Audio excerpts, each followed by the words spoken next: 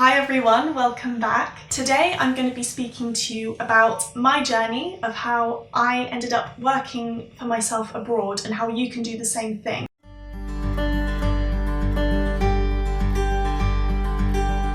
Working freelance abroad for me was essentially the first step to me becoming location independent and starting my own business. There are going to be tons of tips today that are going to help you out. And if nothing else, I really hope that this video just shows you that it is completely possible if you have a dream to travel and work for yourself while you're doing it.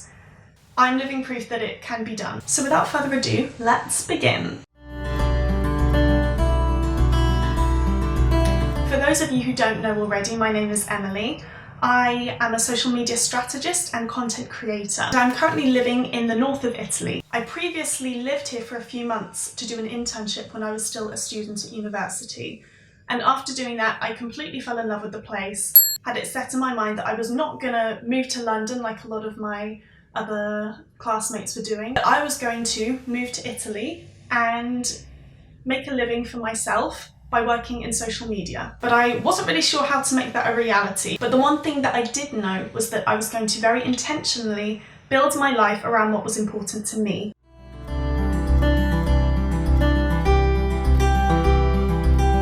So the first thing I did was I searched for jobs, I searched for internships in the area in social media, and I applied for them. Now, unfortunately, or fortunately, that didn't quite work out for me straight away.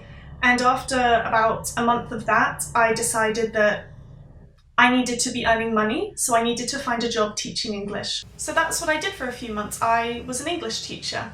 But during that time that I was teaching English, I was using my free time to start to build my social media presence. I went home to England for Christmas, and when I came back, it was very shortly after that, I think just a couple of weeks, when I got a call from one of the original places where I had applied for an internship. They wanted somebody who they could hire as a freelancer. So that was actually the thing that really pushed me to open up my partita IVA. The partita IVA is the Italian tax code which allows you to work as a freelancer in Italy.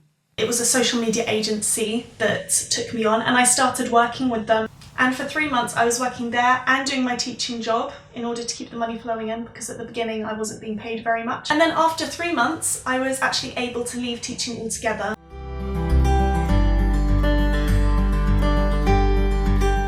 Let me talk to you a little bit about the partita IVA in Italy. I think if you listen and hear the things that I needed in order to register myself here, a lot of that is very likely to be transferable to other countries.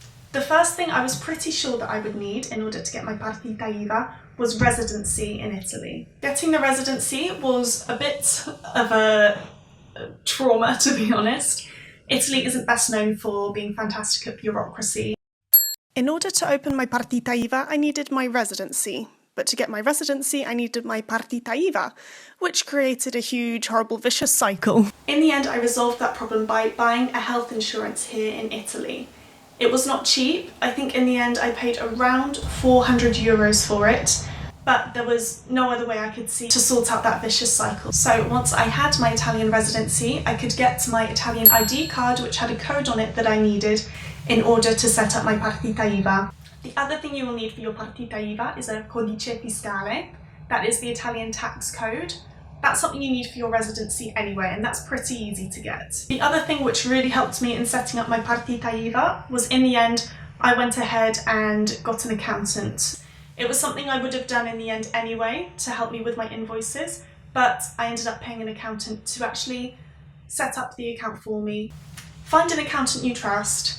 I've had so many experiences, particularly in Italy, where I don't know if someone's telling me the whole story. They of course have an agenda to get me to do business with them, but my accountant now, as soon as I went in, I went for a free consultation and she explained everything to me wonderfully. The taxes, it saved me so much stress. And the other thing I needed for my partita IVA, which my accountant helped me with, was the code.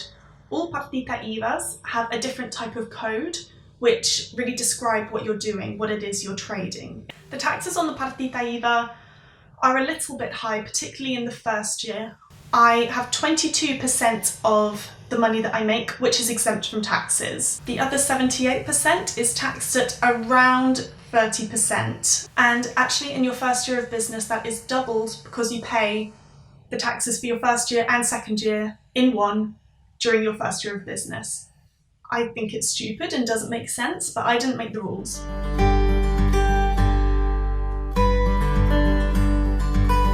I'm still in the middle of my journey, of course, but I would like to now take this opportunity to share with you some of the things that I learnt during this experience and some things that I would do differently if I were to do it again. The first really important lesson is probably resilience. When I couldn't find an internship or a role in social media to begin with, I could have given up and just said, well, I'm a teacher now, that's it, I have my chance. But I still had something going on to make sure that that part of my dream wasn't dying and I was still progressing with it. Maybe perseverance would be a better word for that. The other tip that I would have is talking to an expert. I recognise that at the beginning you might not have a big budget, but when I found an accountant I was really happy with, I didn't even have to pay for that first consultation. And yes, it's going to take more work to find an expert to talk to get a first, second, even third opinion on what you're doing. But I think that to give you that clarity and to give you that understanding of how the system that you're working with actually functions is going to make the whole process a lot smoother for you. And thirdly, I think that if I were to do it again, I would actually look into seeing whether it would be possible to function as a freelancer that's registered in the UK while working here.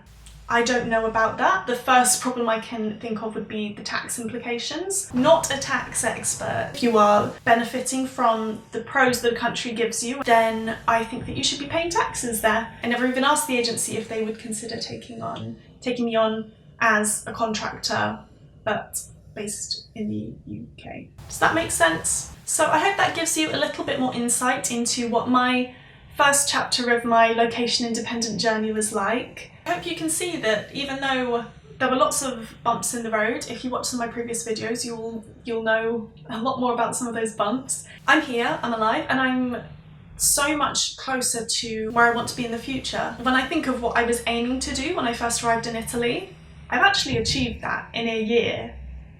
If I can do it, I know that you can do it. If you are interested in keeping up with my location independent lifestyle, then I have an Instagram page. If you're more interested in the business side of things, I have a Facebook page. In December, I'm going to be doing a 4-part Facebook Live series. It's completely free and it will be exploring social media strategy. So I'm really interested to hear, are you planning on traveling or moving abroad? Please leave me a comment down below and tell me what it is you're planning on doing. And what is the biggest thing that's stopping you right now?